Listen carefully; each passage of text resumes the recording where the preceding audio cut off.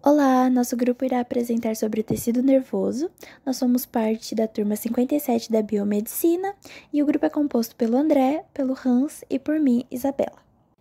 Este trabalho faz parte do projeto de extensão da disciplina de histologia, que é orientado pela professora doutora Cristiane e que faz parte da instituição Escola Paulista de Medicina Unifesp.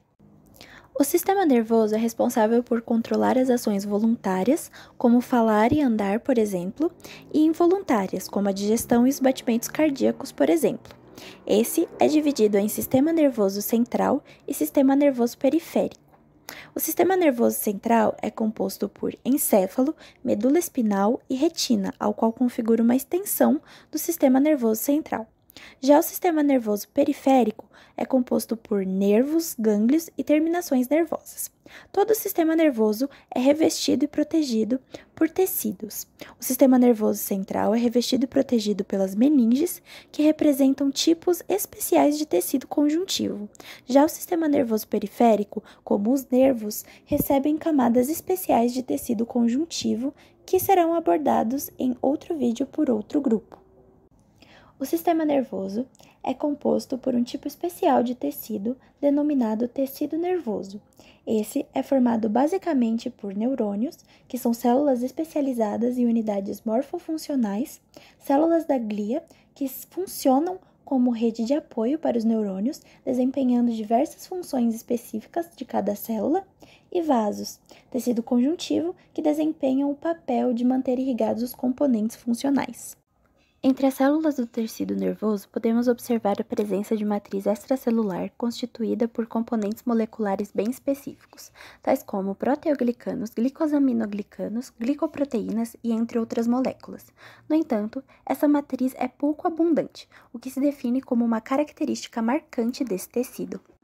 Falando um pouco sobre os neurônios, eles são a unidade morfofuncional do sistema nervoso, responsáveis pela recepção, condução, processamento e transmissão das informações no corpo humano.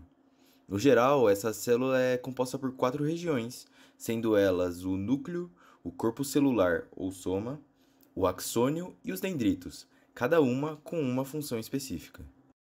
Bem, falaremos agora sobre as células da glia, que são responsáveis pela manutenção do tecido nervoso e agem como um suporte para os neurônios. Essas células são bem diversas e realizam diferentes funções, tendo células exclusivas tanto no sistema nervoso central como no sistema nervoso periférico. E, diferentemente dos neurônios, elas podem se multiplicar via mitose e não realizam sinapses. Os oligodendrócitos e as células de Schwann têm características em comum, como, por exemplo, as duas células têm por função a produção da bainha de mielina.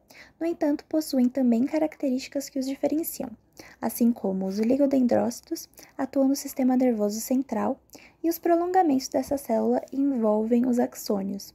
Já as células de Schwann atuam no sistema nervoso periférico e as próprias células envolvem os axônios. Vale lembrar que a bainha de mielina é uma sobreposição de várias bicamadas lipídicas que funcionam como isolante elétrico e auxiliam na rapidez do impulso elétrico.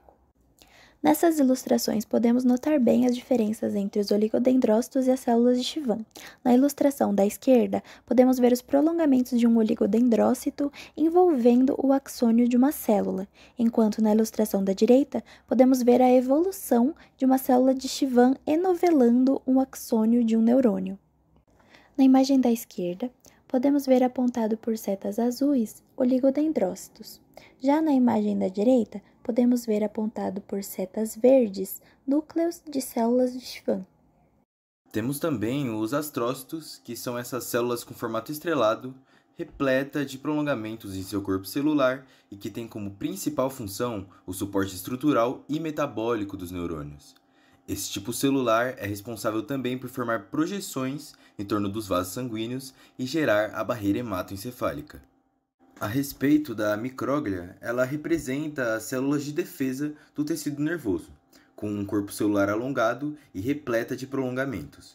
Sua principal função é, como pode-se imaginar, a fagocitose de corpos estranhos, mas também pode atuar na secreção de citocinas e na manutenção da homeostasia.